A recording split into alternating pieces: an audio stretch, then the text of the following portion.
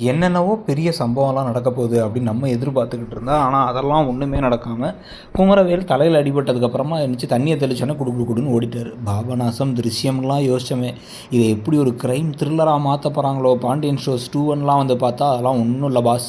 இவ்வளோ விஷயமும் எதுக்கு தெரியுமா? இந்த ஒரு பயங்கரமான பிளான்லாம் எதுக்கு, இப்படி ஒரு ஒரு இன்ட்ரெஸ்டிங்கான விஷயங்கள்லாம் நடந்தது வந்து கதிரை இந்த ஊருக்கு வர வைக்கிறதுக்கு தான் அப்படின்னு கொண்டு வந்து ஒரு ட்விஸ்ட் வச்சுட்டாங்க. எதுக்குன்னா, கதிர் இங்கே இருந்தால் தான் ராஜி அந்த ஃபைனல்ஸ் காம்படிஷனில் கலந்துக்கிறதும், ராஜி மேடையில் டான்ஸ் ஆடுறதும், டான்ஸ் ஆடி 2வது பரிசு தான் அவங்களுக்கு வேணும், பைக் தான் வேணும், கார்லாம் வச்சு அவங்களுக்கு பிரோஜனம் இல்லைங்கிறதுனால எப்படியாச்சும் வந்து அந்த இதை ஜெயிக்கணுங்கிறதுக்காக இவங்க ஃபஸ்ட் ப்ளேஸ் எடுக்கக்கூடியவங்க.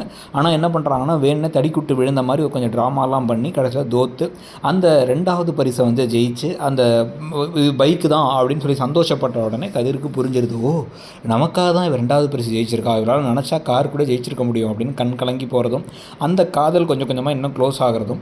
ஆனால் கோமதி எப்பயும் போல் ஒன்றும் புரியாமல் பேக்காக இருக்கிறதும், அப்புறம் பின்னாடி அவங்களுக்கு புரியறதும் கதை போகுதும். இதெல்லாம் பற்றி நீங்கள் என்ன நினைக்கிறீங்கிறத சொல்லுங்கள். இந்த சீரியல் போகிற போக்கும் ப்ளஸ் குமரவேல் ட்ராக் அவ்வளோ ஹைப் கொண்டு போய்ட்டு அதை அப்படியே ட்ராப் பண்ணதை பற்றி உங்கள் கருத்தையும் சொல்லுங்கள். தேங்க்யூ.